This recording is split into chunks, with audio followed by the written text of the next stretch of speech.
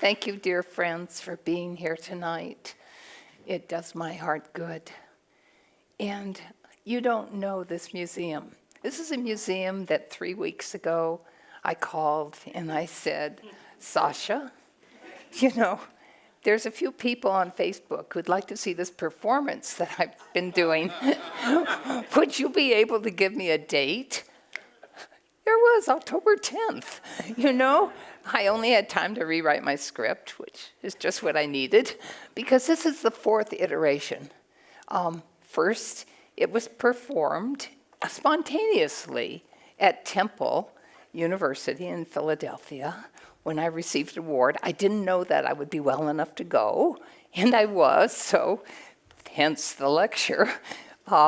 Then it was performed at Tyler School of Art, also in Philadelphia. And then a few weeks ago, it was at Yale. So I'm very happy to consider this the final iteration here at the Whitney, and thanks to Sasha and the whole education department of this lovely museum, Isabel Dow and Max Chester in particular. So, here we go. The art of dying, palliative art making in an age that we're living in, the age of anxiety. There is a general fear of talking about death in the Western world. It is as if by not mentioning and discussing it, it would go away. We do ourselves a disservice to not engage in ruminations of this most powerful life force. For aren't we alive until our last breath? And isn't this a rite of passage we wish to address in our art, in our seminars, and in our museum exhibitions? By hesitating to face the last phase of life, we give a message to hush up and avoid. And platitudes then come out like, you'll get better, you're tough, you'll beat it. You look good today. Instead of discussing terminal disease. We, in the art world, all of us, artists, curators, administrators, art lovers alike, are avoiding one of the most potent subjects we can address. I'm happy to see that there is a recent change in our few organizations that are planning seminars on health, illness, death, and dying right now. And artists are coming out with transparency, finally, as they break the fear of coming out as being ill. And you can think of what the ramifications of that are for an artist.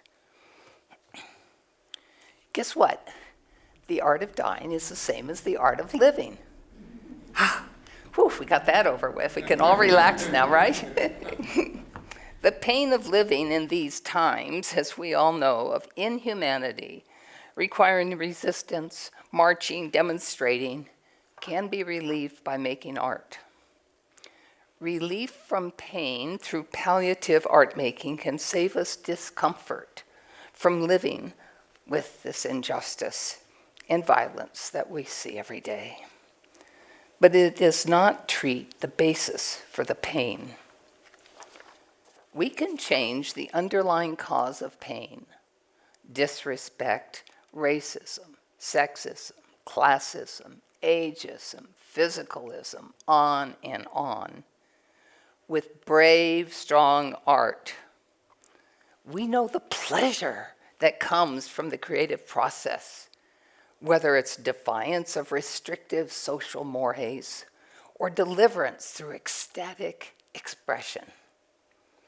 Our art can make a difference.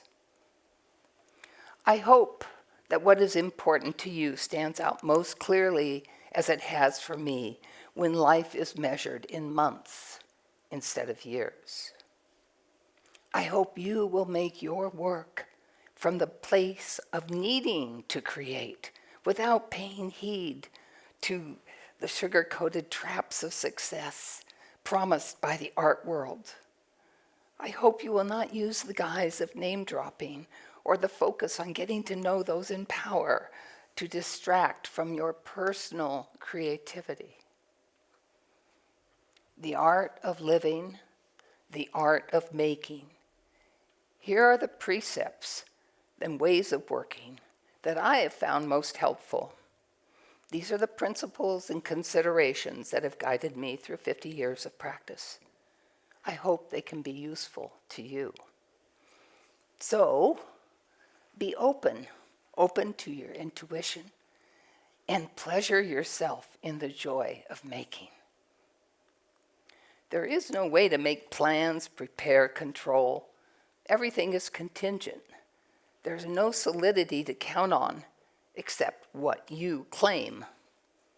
Everything has a qualifier. When you have an idea, follow it with gusto and pleasure, having as much fun as possible all the way. So there I was in graduate school, San Francisco State, 1972, and I gathered a group of people who would like to go, they were all women, to the country with me for a weekend, to Witches Land, self-proclaimed Witches Land. Up in Napa County, it was fall. The leaves were falling. The foliage was beautiful.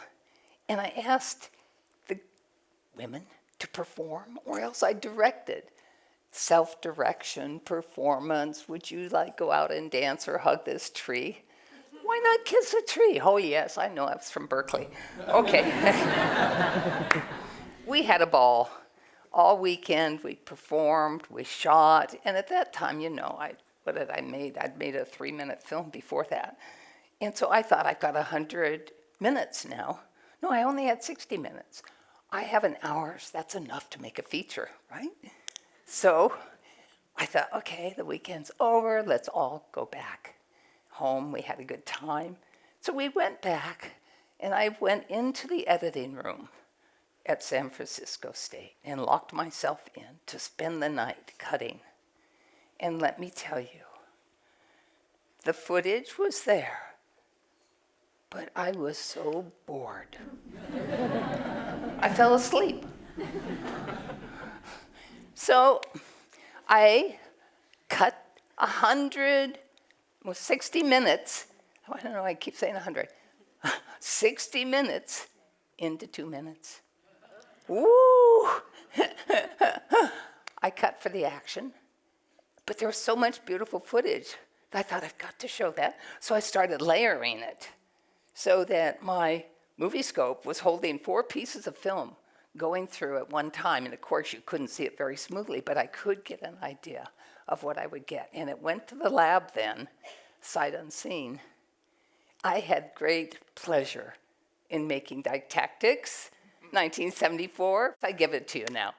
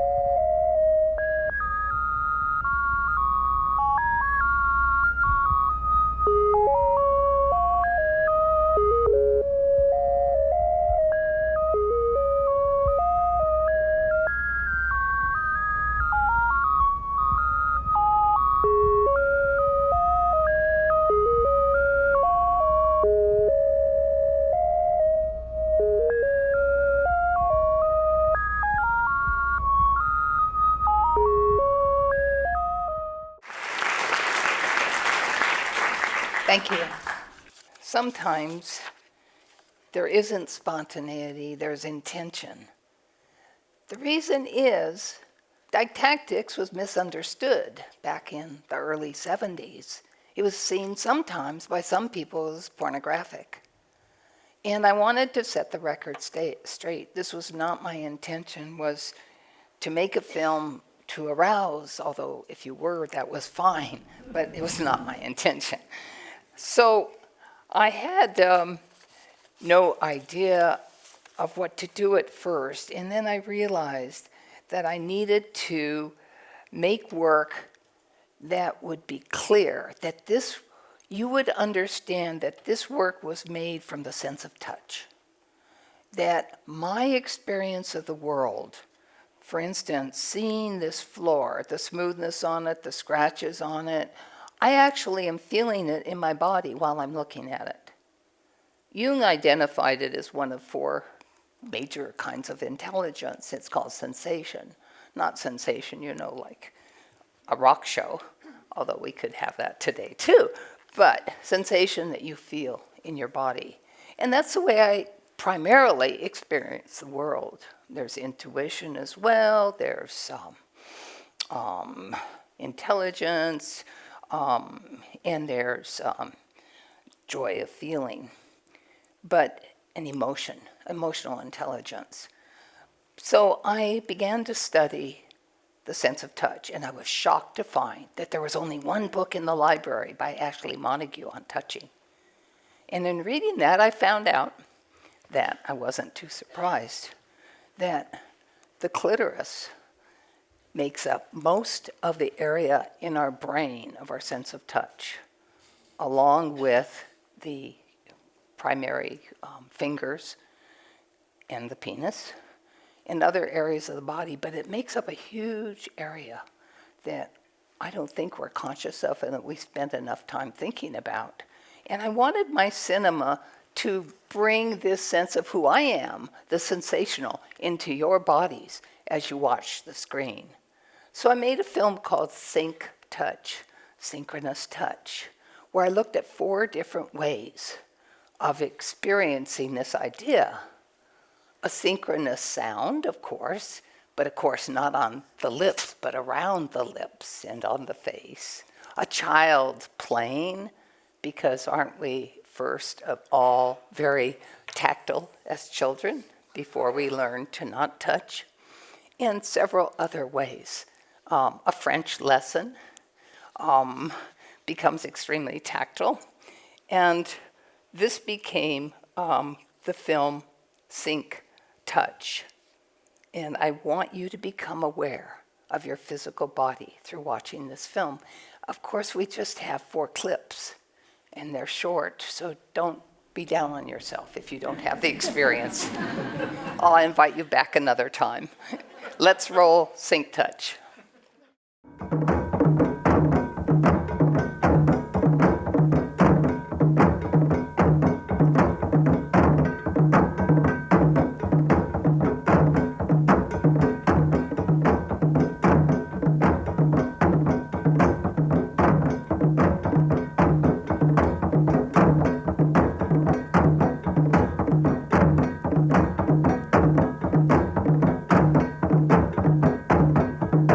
Outer environment, even in sleep.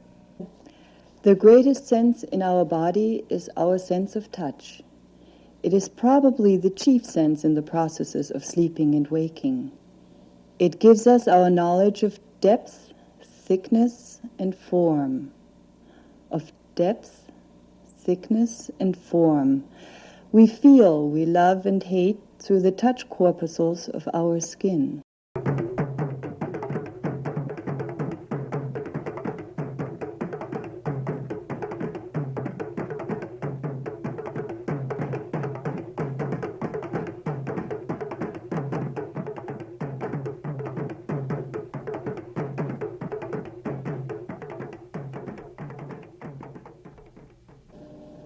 La langue féministe.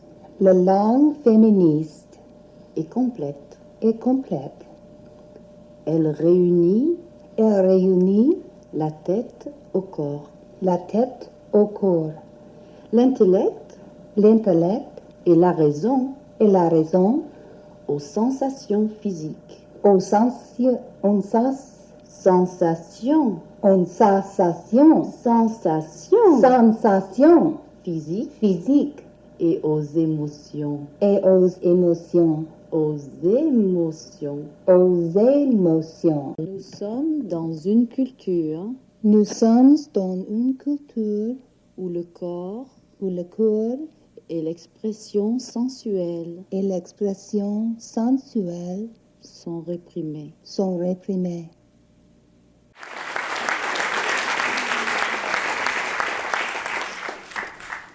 Sometimes there's pain in creating, and it's not something to avoid. I know that a few of my most successful films have come when I've either cried at the editing bench or I found myself menstruating outside of my period time. I knew I had something powerful when I had this emotional body reaction to what I was making. David Wojnarowicz made fragile, deeply dark installations of rage and dying, as seen recently during the retrospective here at the Whitney and at the gallery PPOW. Can we assume that he found some relief by making these extraordinary tracks ignored by our AIDS blind society and complicit government? I think I can say that he did find energy and passion to make this work that drew directly from his pain of living with AIDS.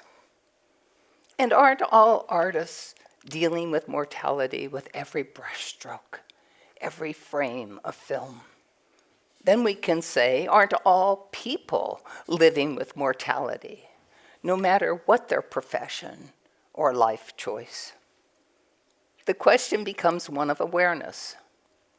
Is the artist perhaps unconsciously at first trying to fight inevitable death by stacking up the artworks, hiding the foregone erasure of the body, ensuring a mark on cultural history, or assuaging daily anxiety from the consciousness that life will end?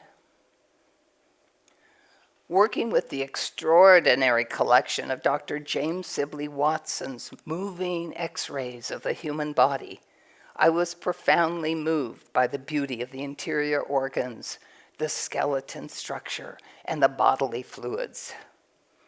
Knowing that these images were gathered by a dangerous method, the people were being exposed to X-rays while they were being filmed, I felt pain for those whose lives may have been shortened at the same time that I felt beauty for the interior of the body. SANCTUS is 19 minutes, and we'll watch a few clips of this 1990 16 millimeter film now.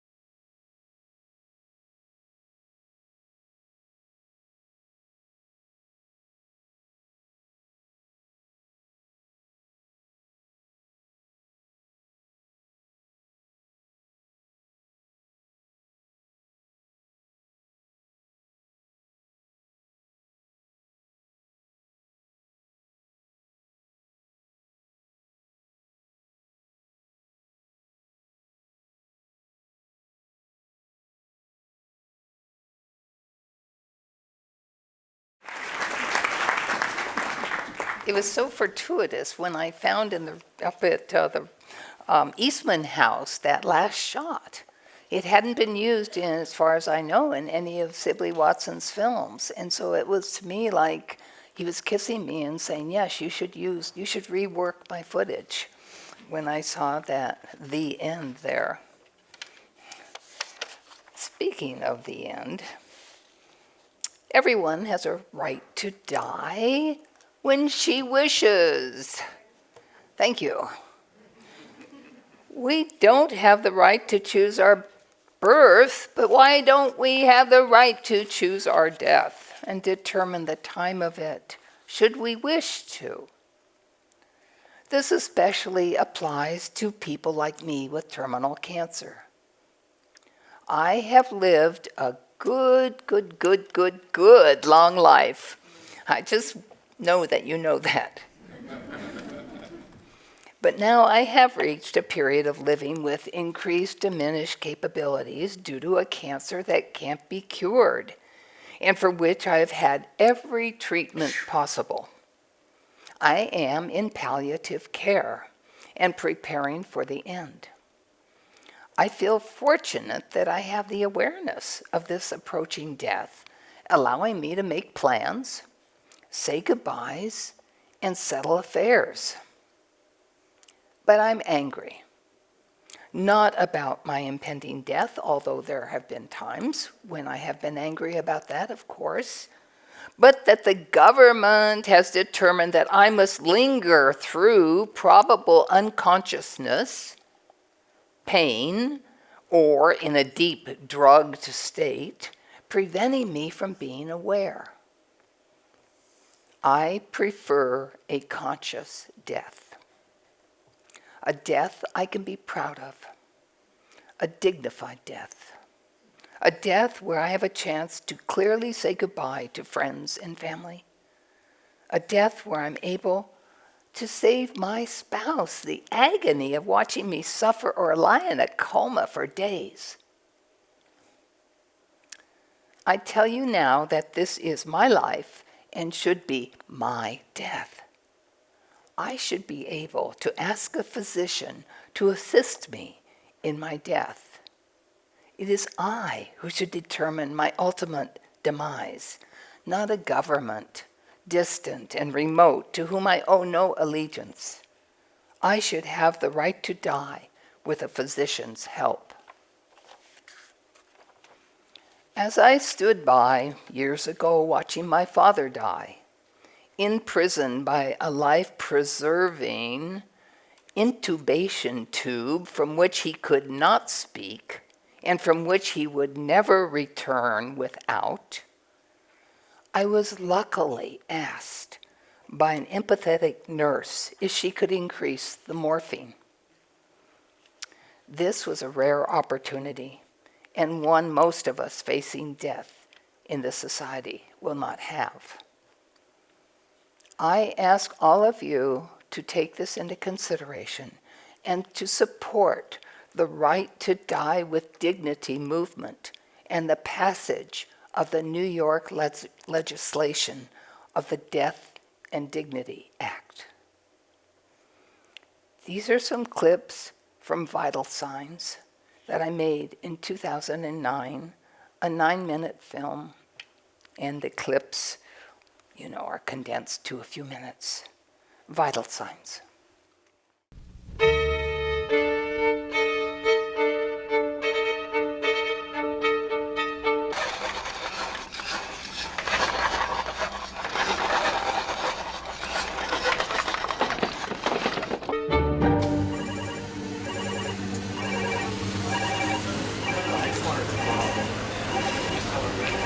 Say, something fell off the ventilator, and it's starting to make those sounds.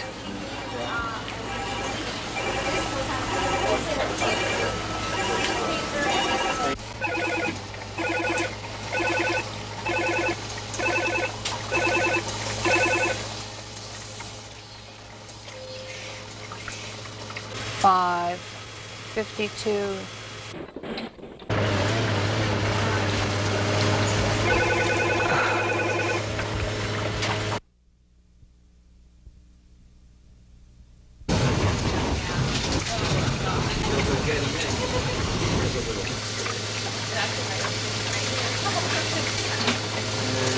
5, 52, 5.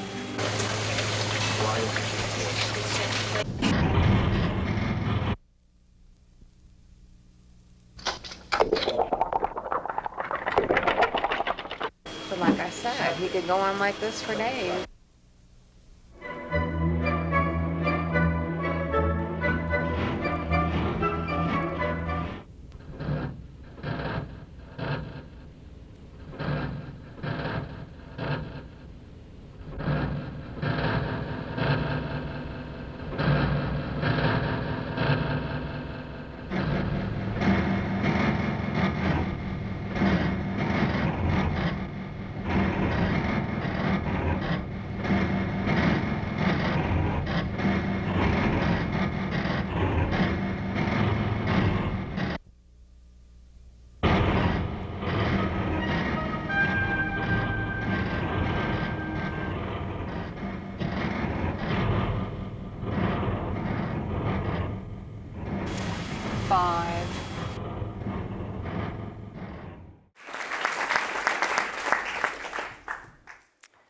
Cancer can break the illusion of life without end. And one of the precepts that I've followed in my practice has been to break the pattern of work, not to repeat myself as my films have gone on or my painting or installations, but always to challenge myself and try to make something new for me. It's a truism that you're supposed to live every day as if it's your last. How do any of us know what our last day is like? And there's no way to do that. And you don't even know what it will look like. And perhaps you wouldn't want to be living that day every day if you did. Isn't that a silly truism? What we can do is create from a sense of discovery every day that we are given to live. Once you start working in a certain mode, it'd be easy to follow those patterns all your creative life, you know. I say move beyond that. I say take a piece of film and tear it, or bury it in the hot summer sun. Let it, fade and mulch, and then bring it up in the winter and wash it off and see what you have. What a surprise, what a discovery, what pleasure that can give you to see something new that you've never seen before. Try toner or bleach. Look at the fragility of film as much as our heartbeat. This is a mode from which to make radical, life-affirming art. So I'd never seen a film on what it was like to go through chemotherapy. And by now I've had 100 chemo treatments, Florrie counted them. But back in 2006, when the cancer was discovered, I had endometrioid chemotherapy. It went directly into your stomach. And then I used to do yoga on the bed in the hospital to try to move the chemical around because, I wanted to do the best I could to achieve success with the treatment. Well, I got almost 13 years. That's not bad. But I had never seen a film on what chemotherapy is like and what it does to the body.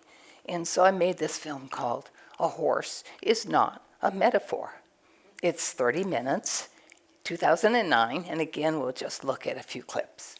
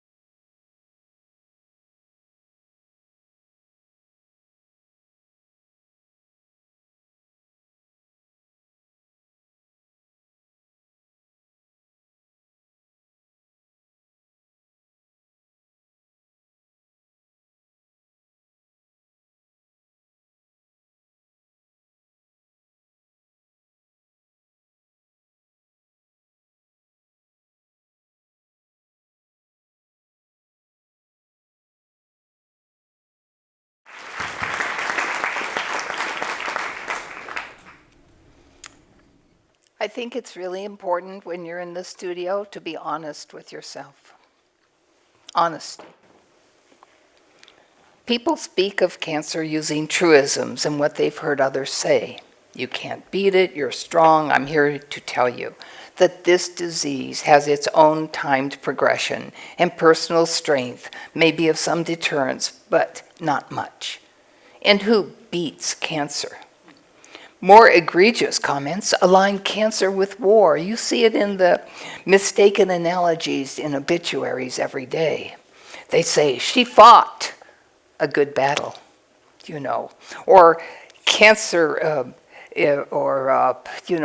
she outlasted the war for a long time. Cancer is not a battle, it's not a war, and I am not fighting. I am living with cancer and have been living with cancer and am grateful to have done this by living fully. There was a particular year of undergoing chemotherapy that was pretty difficult and had a lot of side effects. And I undertook what I considered to be my last visual project, a film and an installation called Evidentiary Bodies. Being sick leaves you without much disguise. And in a way, that's really helpful in the studio when you're being honest. And I had my assistant, Angel Favorite, come over every day and film, well, not every day, one day a week is what I could manage. And we would perform sort of what I intuitively wanted to show what my illness felt like to whoever wanted to see it eventually. And we could usually just do one idea at a time, and then the rest of the week, as I was resting and regaining strength, I would ruminate on what I'd want to do the following week. So this went on for quite a good time, and I had a lot of footage at the end, which became a real labor to edit, because I never looked back at it as I was moving through the shooting. Well, the accumulation finally ended in an HD 3-channel film that premiered at the Berlin Film Festival last February. But the projection didn't hold the intimacy for me that I wanted, and you'll see it today like it was shown in Berlin. But I've been honored with a promise to have it during an exhibition of all my work that has dealt with mortality and aging and illness at the Wexner Center for the Arts next summer. So there it'll be seen as 3 screens, and you will be on a small bench with just a few other people in an intimate setting, and you can stay as long as you want to watch the film. It'll be on a loop, and to enter into that dark, intimate space, you pass through X-ray screens of the chest, 3 or 4 of them, on which are projected CAT scans of my body. And luckily, these CAT scans came in all kinds of beautiful colors. I think it was for UCLA. I was trying to determine why are these, I had like 13 choices from the CD they gave me. Why these colors? I thought, well, it must be a code for that particular school. And they were making these so they could travel with the patient. So this is the way I want it to be shown, my favorite way, but then not many people will get to see it. So I wanted to give you the opportunity tonight and people in the future to see this film and the person, the wonderful friend of mine, the cellist and architect and artist, Norman Scott Johnson, is here, who did the soundtrack with his beautiful cello on the film, Evidentiary Bodies.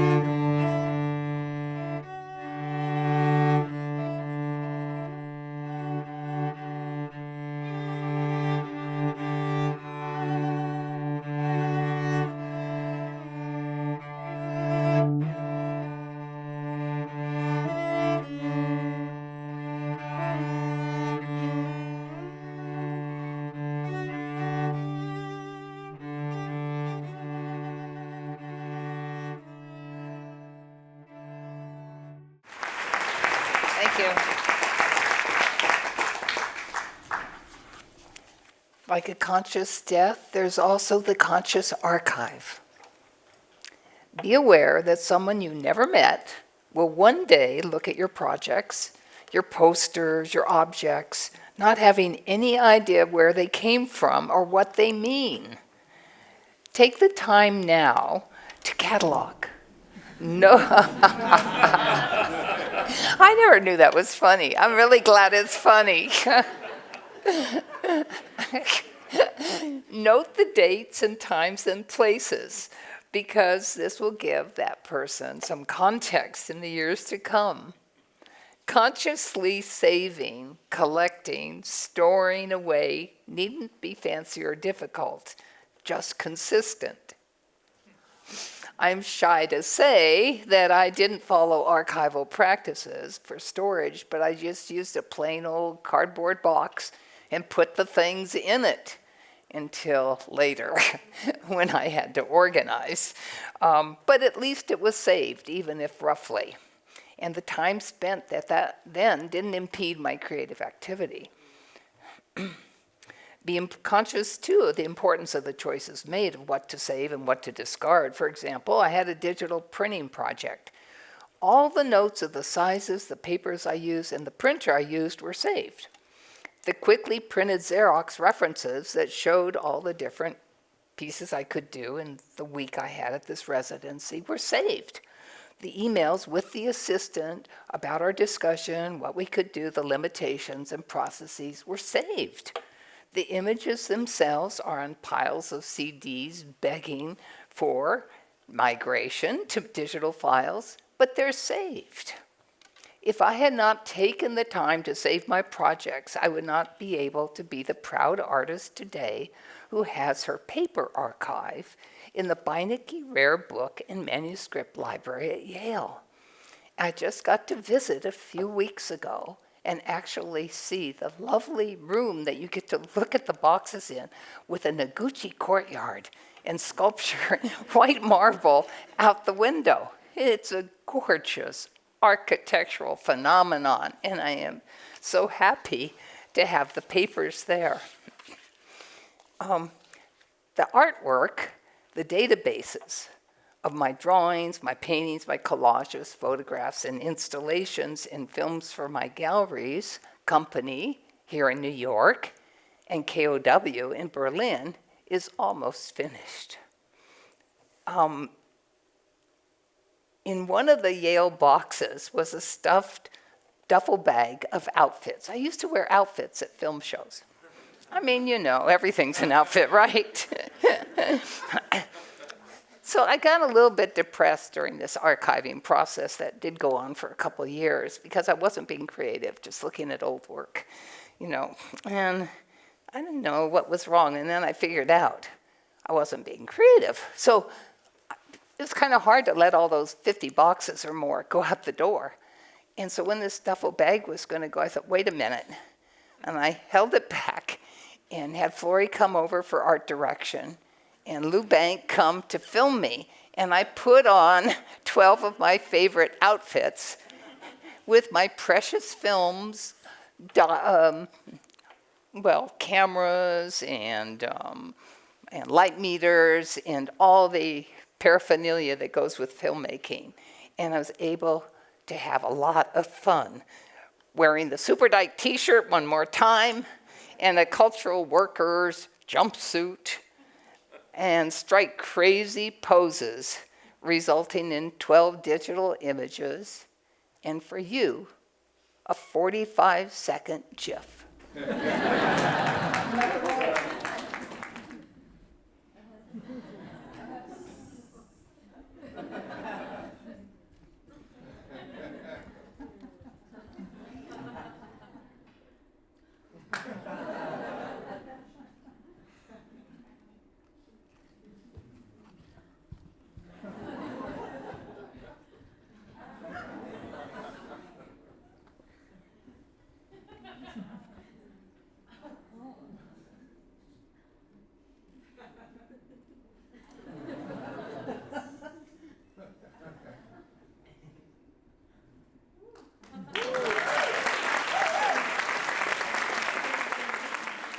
One thing I found out was by having a disease, people are more important than my work.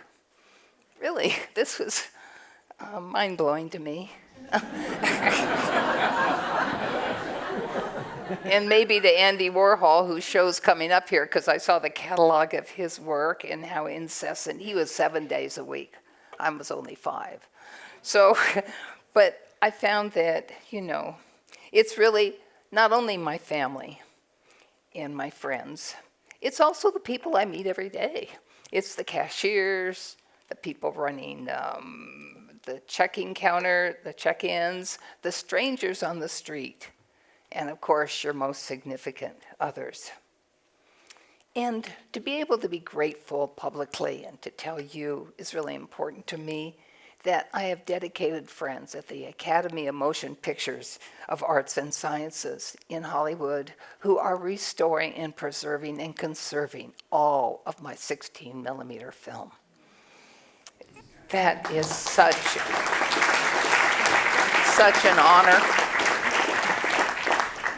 And to the more than helpful folks right here, not a few blocks away, at Electronic Arts Intermix, Lori Zippe, Rebecca Clayman, Carl McCool, I know them so well, why am I reading them? And John Derringer, they're like there every day on the phone with me if I need something. I am also fortunate that my niece, Lane Bretscheider, has taken over my legacy work with the DVD distribution. But most important, I couldn't be here today without the loving support and care of my partner, my spouse, for 30 years. 30 years! Oh, who would have known? Flory Burke, who is... Come here.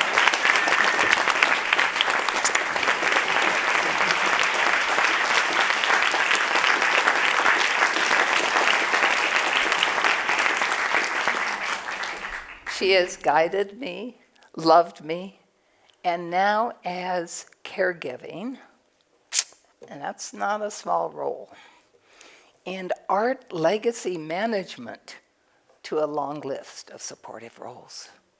Thank you, Flory.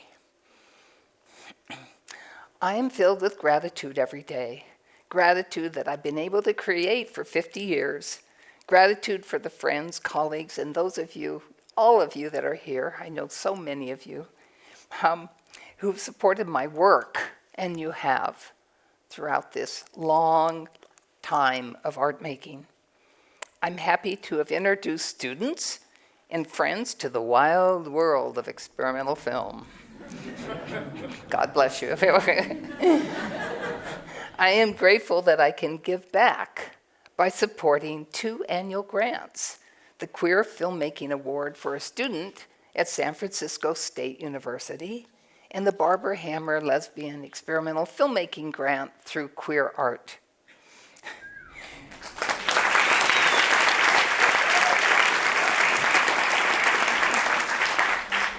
And before we enter the final stage of this event, I want to remind you to vote.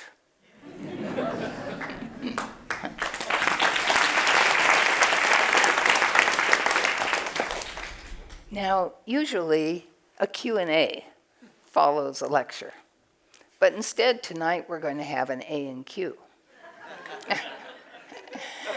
Yes! So that means you answer and I query. Yes.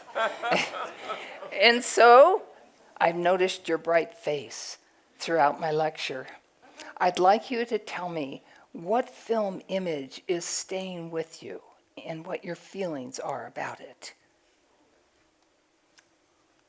The image of being pulled out of your control and kind of on the ground, felt like there was some struggle in it and some inevitability in it, that it was some combination of something happening to you and something that you were doing. Thank you for seeing the complexity. in that image. Now, I wonder what you're thinking about the experience of death and what I've been saying about it. What are you thinking about your death? Whoa! Now, I'm going to a friend here. I'm not trying to embarrass somebody I don't know, just somebody who's really a good friend. Oh, Barbara. Make up your own question then. No. I mean, it's interesting. Yeah, mortality's actually been a big topic this year because I did a bunch of work with David, thinking about David. And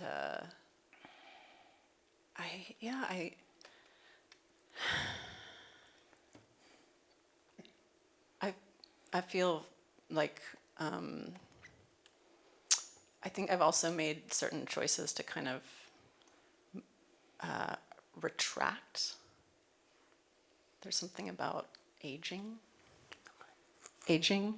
and wanting to kind of withhold and hold on to my personal resources.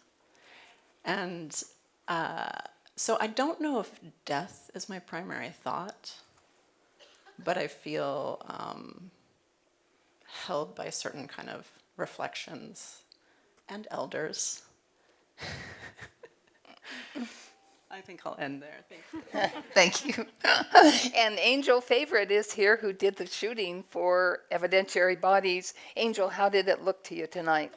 It was very beautiful. I enjoy seeing it every time. Thank you. I let her off the hook. Now going into the hinterland here. Oh, Susie Duvall, Creative Capital, wonderful organization where the artists are able to give back. We don't just take the money and run. We give back. I tried to give you today, and I think when I was interviewed by Creative Capital recently, hi, Alex. So I had the idea then that I should give a lecture on dying. And actually, that was quite a while ago, a year or two. And this is actually the result of it. So how are you going to use this kind of information and thought process that I've shared with your wonderful organization? Thanks, Barbara. Well, I've been sitting here and really thinking what a gift this is to so many, what a gift this really is for so many. Because I think you're right, we have such a hard time dealing with inevitable. I mean, it is one thing that we know for certain, that we're all gonna get there. And I'm inspired by the grace and intelligence and emotional being that you've taken this on and saying, I'm gonna own this. And I think we have been talking, thanks to you, about what we should be doing and helping. And I think initially we really thought about some of the practical aspects that we want artists to think around their legacy.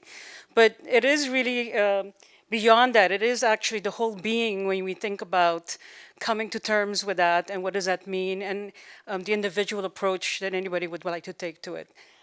So thank you for helping us think that through, and I hope that some part of that we can actually use that within whatever we share with. And I have to say that you have been one of our most generous of artists in paying back and paying forward what you have learned and the way that you're setting up your grants. So this as well, we hope will continue to pay forward to others. Thank you. Thank you so much. Thank you. And I want to say hello to all the people that are watching online. And hello, Bloomington, Indiana, and Carmel Curtis and her gang. Hello, Brussels and London, and friends of mine there. I'm very happy that you're able to join us today. And I just have a few more people I want to search out. And yeah, this is a long time friend. We have been through it together, haven't we? Oh, yes, we yes, have. This is my friend Jack Waters, who's going to tell us whatever he wants to. He got a free ride home. Well, Barbara, I have to say, and I've said this to you before, that it's no coincidence that your last name is Hammer. And I don't think I'm the only one who refers to you as simply the Hammer. What could be better? Shelley Silver right in the front row, watching me with the saddest of face. Was this a difficult lecture to sit through? Because I'm on the other end, I don't really know. Quite honestly, yes. Yes. It is an extraordinary gift, because I think you're right that we don't think about these things. We push it out of our brain. My father died this year, and I think what I took from that was this feeling of carrying him with me, also for better and for worse, but also this feeling of letting go. And I think that I refuse to let go of you, but I want to let go of me when the time comes. To let go of you? Yes, to let go of me, to let go, yeah. So, yeah. Beautiful. Thank you so much, Flory. Oh no, she says. Does someone have the right to say, oh no to me? I won't hear of it. 30 years. 30 years, my name is Hammer. Okay, into the light, babe. Into the light. Oh, we got the light. In the light. What? Are you going to... You have to ask me a question, I think.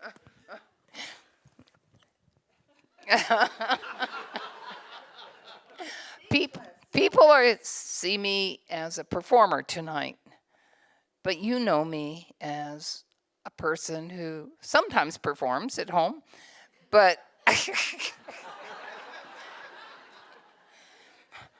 what would you say is the most difficult thing about me? Whoa! This is for the record, and the most wonderful. Just to make me feel good.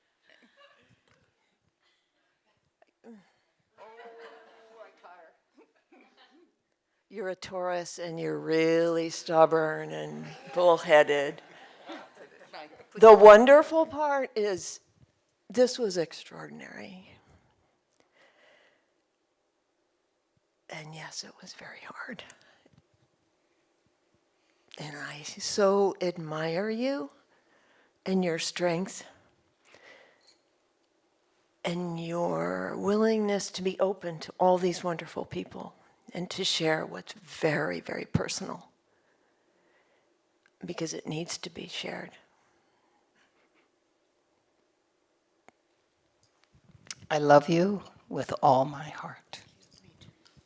And I love all of you. And please join us in the foyer for a glass of Prosecco. I love you. I love you. I love you. I love you. I love you and you and you.